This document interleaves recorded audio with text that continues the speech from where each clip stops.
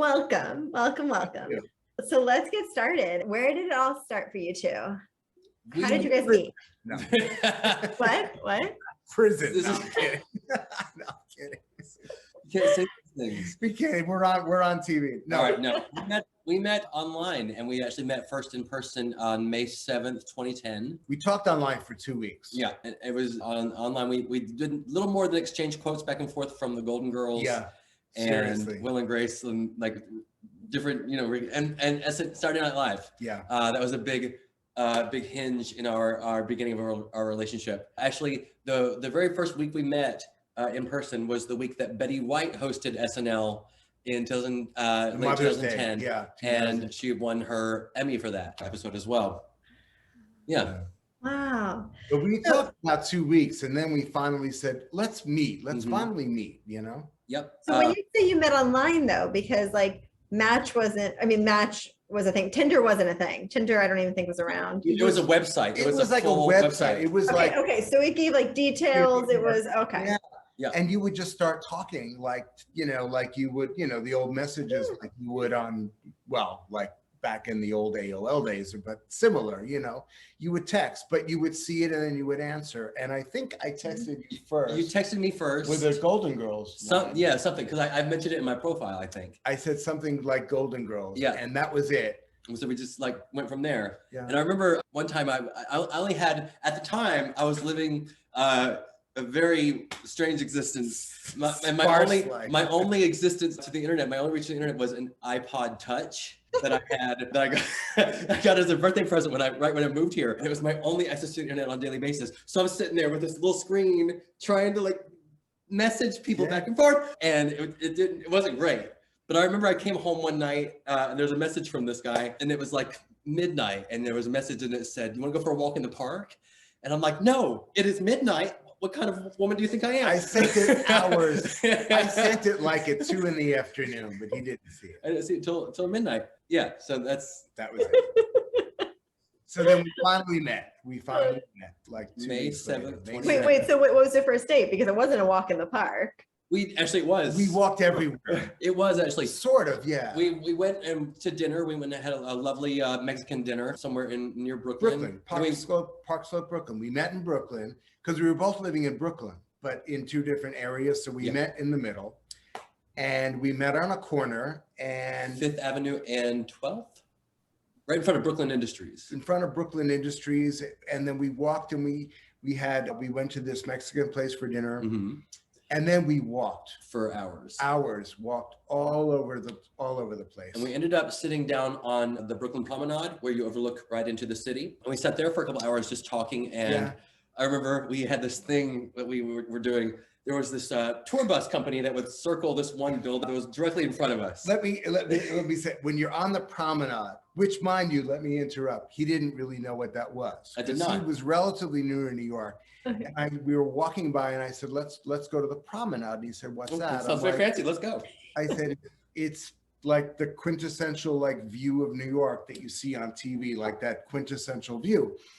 So we went up there as we're entering, he's like, "Shut the front door." Real, oh my God. I'm like, yes, this is like quintessential New York. That's been my view. standard answer to seeing everything for the first time. That's like astounding to me. Yeah, I don't know what that really came So we were there. So anyway, you're sitting on the promenade elevated area, and you could look down into some of the streets below. So it was when they just started like really doing the concept of like that green park area on the river there. And there was this building that these buses would circle, these tour buses would circle around and then head back, like loop around their loop. Mm-hmm. And we had this thing going, like it was a conspiracy that we had, that they were going and taking everybody off the bus and just leaving them there and then circling back around.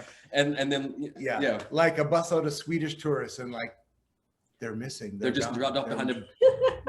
They're there, and then the bus is empty, and like, where are they? It was ridiculous. And they're never coming back. And another one would come and like, what are they doing? It's like some horror movie or something. Yeah. And we just walked and then we walked back, and then we walked back, and I walked you like halfway home. Yes. So you had like a 15-minute walk one way and a 15-minute walk. It's about, was on Atlantic Avenue. So Yeah, it was Atlantic Avenue in Brooklyn. Yeah. Like we met in the middle and then I know the route I took eventually was a 40-minute walk each way. Yeah, so I got my steps in. Yeah, he walked me halfway home that night and we had, you know, goodbye, good evening. Well, didn't you say something like, are you going to kiss me or something like that? Or something. It was something to that One of us said that. It might have been me. It was you. And then it was like, well, of course. You know? Okay. And then the rest is history. I knew it was going well though. During dinner, my phone rang and it was my best friend. No, we were walking. No, it was at dinner. Was it? Okay. It was at dinner. This is so funny. This is my phone rings. I see who it is. It's my best friend from back home. And I opened the phone because it was a flip because that was what was happening. It was popular at the time. Yeah. And I opened the phone. I just said, not right now, and closed it. And you were nicer. I think you said something like, not now. Click.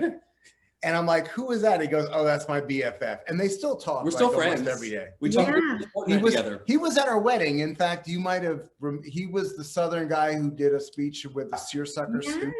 Yes. So, oh my gosh. Yeah, that was him.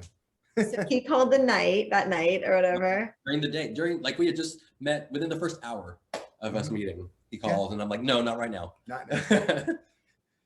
So you pretty much knew early on that this person is like, has something, you know, for each of you, you were like, ooh, there's something in this person that really. He won't tell you this right now, but he kind of stalked my profile for like 3 weeks before he messaged me. I didn't stalk. I saw his picture and it was one of his headshots, his acting headshots. And I was just like, I'm like, this looks like a really nice person. And I would every so often just keep looking back and say, you know, this was before the swipe rights or left. And I was like, you know what, I'm just gonna, and then I read the profile and I'm like, all right, Golden Girls, this inch sounds funny. And then that was it. But yeah, I looked at the picture and I was like, there was something about this picture, the expression that was so like inviting and so warm and so legit, you know, like legitimate. Captured his essence. Yeah. Do you think if you guys didn't meet on an app, do you think you guys would have met in real life? Like, actually, we, unbeknownst to us, we were at an event at the same time 2 or so weeks before we met. Oh yeah, we were at some like dance at the Gay Center in New York. It was like a Saturday night like dance party, and it was like 1 million people. Oh, we okay. were both there. We were both there. Oh yeah, we didn't know each other. We didn't know each other. Wow. So there's a chance it didn't happen that night, but there's a chance. Yeah, there was a chance. Okay, so then what happened next? So you guys went on the date. Went on a date. Had a great time. Who followed up? Where did this go from here? The next thing I think we did was I think either we were on the phone with each other or we were texting back and forth during the Betty White SNL. Yeah. No, we watched it together. Mm-mm. Oh no, we didn't. We were texting. Yeah, that was a couple days. Yeah, that was like a Thursday, and this was a Saturday. Yeah. So we talked like not right away. I didn't want to come off as like being crazy. That came later. But but it was just one of those like the first thing. I mean, it was just, we were laughing. It was a lot of laughter. It was just nonstop. It was just really interesting. And that was the whole thing. It just sort of like, this is really fun. This is a really fun person. This is a smart, funny, interesting person. And like, I'm having a blast. We just kind of started like making plans to see each other on a really regular basis right after that. And living not that far away from each other, it was sort of easy. Yeah, it makes it a lot easier. Yeah. You guys obviously became exclusive after that. Mm-hmm. When did you think, okay, this is the person, this is my person? He was 2 weeks in. I was like 2 weeks I just felt it. I knew it. I felt wait 2 weeks like prior when you were looking at the photo or like oh, no after we met, after we were talking and getting together, when we would walk, we would meet, we go to Central Park and we would walk around and things like that. And yeah, I just knew there was just something, a connection. There was a connection. I don't know exactly what, it was just a connection. I felt it. I felt so comfortable with him, and that was it. And I just knew it. You're like, this is it. Yeah. And how about you, Benny? The first time I said I love you was 2 months. It took me a little while because I had some defenses I needed to let go of and all that. But I distinctly remember. I said it first. You did. Yeah. Well, you didn't say it like directly that 2 weeks, but you said something to the effect of, I really think I'm falling. I really think I'm falling for you. That was 2 weeks. I said I love you came shortly after that, and my first I love you was 2 months, and I knew during that time that this was someone who meant a lot to me, who, you know, we shared a lot of the same interests. We made each other feel good about ourselves, and we laughed a lot, and we still do. I mean, seriously, this is like not hyperbole. We really laugh every single day. I try and make him laugh just before he goes to sleep. Just because I think that's a nice way to end the day. But he's so funny. I mean, not just because he's an actor, but, you know, we're all performers in a way, but he is just so funny. But he just, you know, and when you really laugh, you have this funny, like seal like laugh, this, oh, you know, like this honking or something when you're really. Okay, I have questions. First of all, how dare you? In public. In public even. I don't know what you speak. But... No, you what? Go on, please. Like when you really laugh, you have this like, it's like in Berlin. Like, do you remember how you laughed on the street in Berlin? That's because I was drunk and I thought something was hilarious. It was hilarious, but it was like, I'm like, oh, it's that noise you make when you're trying to recover your breath. Yeah. Sound. Yeah, that's exactly, what it is. Exactly. Yeah. That's really cute. So Benny, when did you knew 2 months in, once you said I love you, is that when you were like, okay, this is my person?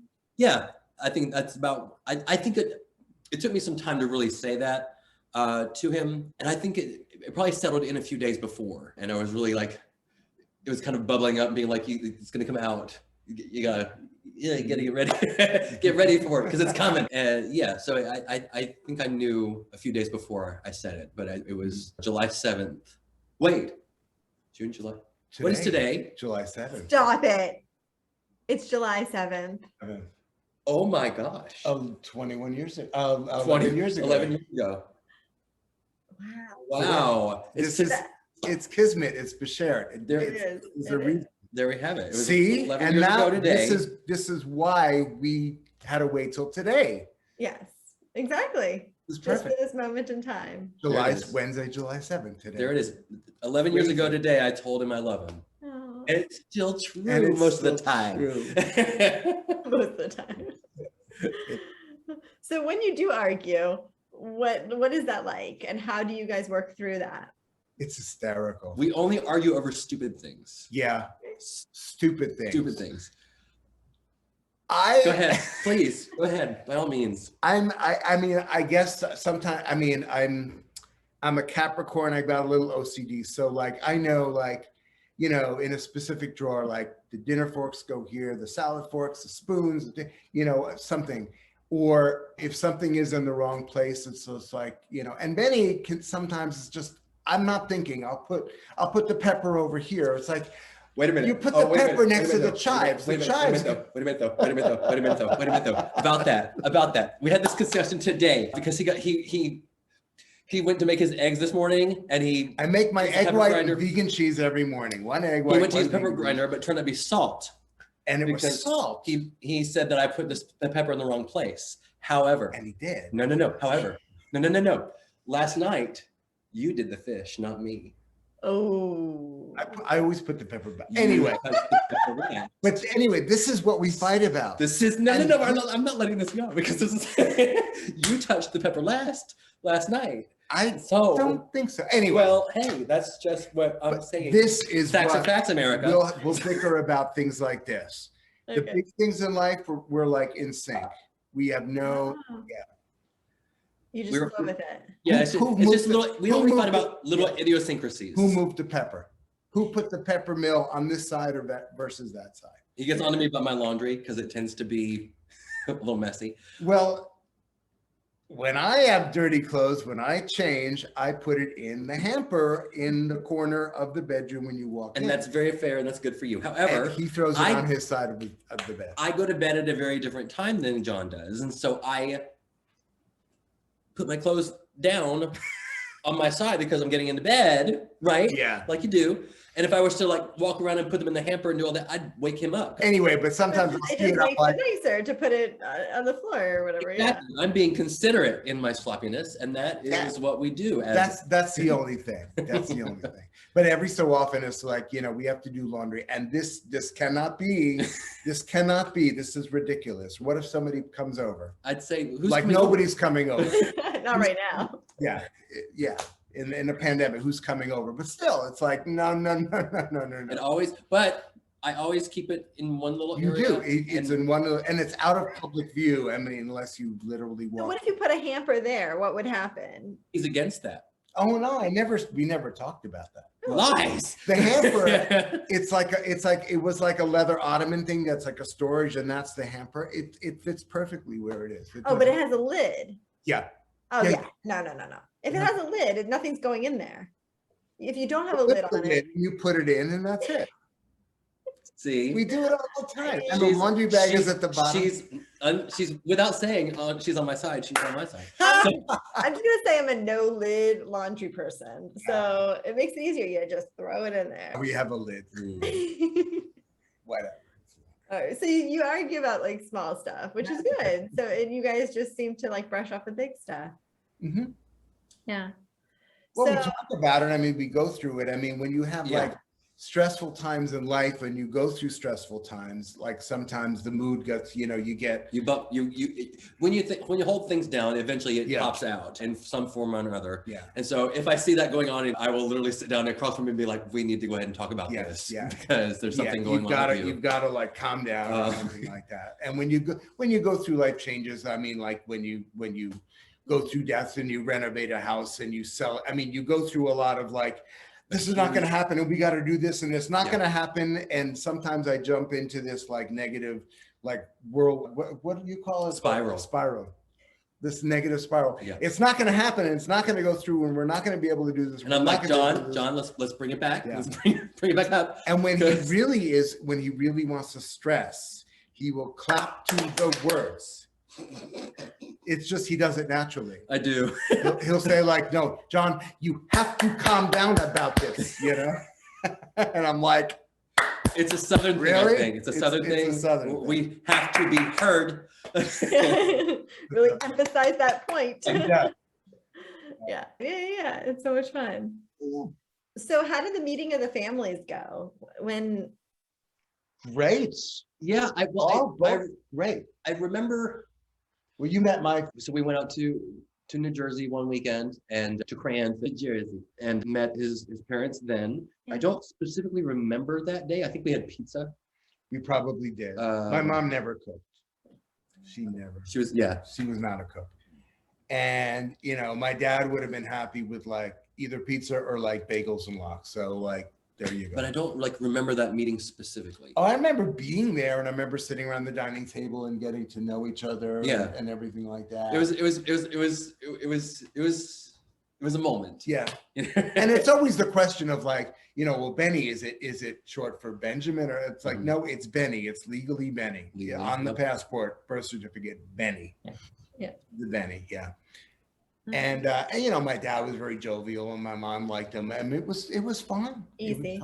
There was no real inquisition or like nothing like that. Like, are you going to be the best person for my son? That type of thing. No. That's so awesome. Yeah, it makes it so much easier. I think they didn't really have any expectations, honestly. Mm-hmm. But they loved you. I mean, they fell in love with you. We never had any issues. We had a great. Yeah. But I think they were just like, oh, this is Benny. Well, it's very nice to meet you. Yada yada yada yada yada. Yeah. What's for dinner? My dad put on the charm. Yeah, exactly. That was it. What do you like? What do you like to eat? And that's pretty much it. Yeah. And with my mom, it was great. She came up here. Oh, yeah. She came up once for a visit and once for the wedding. So she's been up here twice. Yeah. And then we went visiting down there too, in your state, but not your part of the state. No, not my part. I'm from Pensacola. The other. Yeah. Not my part. Ooh, it's the very other Florida. Very much so. The other side. Very. She came up just before Christmas 2010. Yeah. And we had just moved in together officially. We had moved from Brooklyn to Harlem. Yeah. So we were on 131st in Harlem. And so she came up and visited and met him for the first time. Liked him from the start. We had a really great time. We took her all around the town that we could. Took her to see her first Broadway show. We saw West Side Story together. It was nice. It's a good one. And yeah, I remember did all this tourist stuff. There was one moment. Do you remember? Oh. We went to eat. You're gonna do this? I am. We went to eat at Sylvia's one night, and there was this plaque of people on the wall who had eaten there. And there were all these people's faces. And there was this one face that I couldn't quite make out. It was behind glass. And I was like, I think it's Bill Cosby. And Jon just says, "It's William Baldwin, you idiot." I didn't say it. I was sort of channeling Dorothy Zbornak from Golden Girls. I was trying to be funny, but I sort of stopped because his mom was there, and I'm like, he's like, "Is that Bill Cosby?" I'm like, "That's William Baldwin, you idiot." Like, I didn't at that moment, I didn't was look like, at him. I looked at my mother, and we were both like, and I was mortified. I never, ever did this before or since. I mean, it's not my nature. I seriously was trying to be funny. Like, it was that one moment. Yeah. The next morning, I went and picked my mom up at the place she was staying, and we were riding out to the airport because she was on her way home. And we laughed about it for like 10 minutes. Well, no, I apologized to her after. You did. I apologized. I said, did. I absolutely didn't mean it. I was trying to like channel this character, and I thought it was going to be funny. I heard Dorothy Zbornak in my head when I said that. All I heard was you calling me an idiot. That's just me. That was how I felt about it at that time. It was supposed to be a joke, but it did not. You don't joke like that in front of somebody's mother. But she was very understanding. And she got it. Yeah. When did the proposal happen? Go ahead. So let's hear about this proposal. We were going away on a trip, and I was, and again, in hindsight, you realize when you search things online, the computer is an open book. So I was looking at like rings and things, and I think he had an idea something was going to happen, because when you look at things like this and then you go on yourself to other sites, ads pop up in the corner, rings and engagement rings and all this stuff and wedding things. And it's like, now I wasn't looking for this. Why is this popping up on the computer? Clearly somebody was looking at this. So we were going away, and this was the first overseas. The second big trip we took, but the first overseas. The first time I ever left the country. Well, no, you were the first time that was leaving the country. It was. First time he ever went across the ocean. Yeah. So we were in London, and then we were going to Florence and Rome. So I had planned I was thinking of engagement rings or something, like find something in Florence and pick it out and then proposing there. It didn't make it that far. It didn't make it that far. It ended up in Rome. We were in Rome, and we were at dinner, and it was just one of these magical nights. And we had just stopped by the Trevi Fountain and thrown in our 3 pennies. Yeah. And the restaurant was right around the corner from that. La Fontana di Trevi is still open. It's on this little alley. You could never find it. It's really an amazing place. And we were at table 23 because Benny took the 21, and he took we have the marker. He showed this to me months later, and he's like, I'm like, that's. I took the table marker from there it is, 21. Yeah. Table marker from Rome. Yeah. From our engagement dinner. Yeah. Continue. So we were having, then we had dessert, and I just started blurting out about like, how I feel. I think we're amazing together. You know how much I love you. It was during this blurbing that I realized what was happening. And as I'm talking, I just kind of like froze. I'm like, I've got like a panna cotta or something. You had tiramisu. Yeah. And I'm just like talking and panic eating is dessert. Panic eating and I'm talking and I just said, will you marry me? And I've been watching this all unfold over the last 45 or so And he seconds. knew it was coming. And it was coming. And so He laughed. I laughed for He like started laughing. 20 seconds. I just kind And of I was like, is that a yes? And he's like, of course it's a yes, of course. but, And that was it.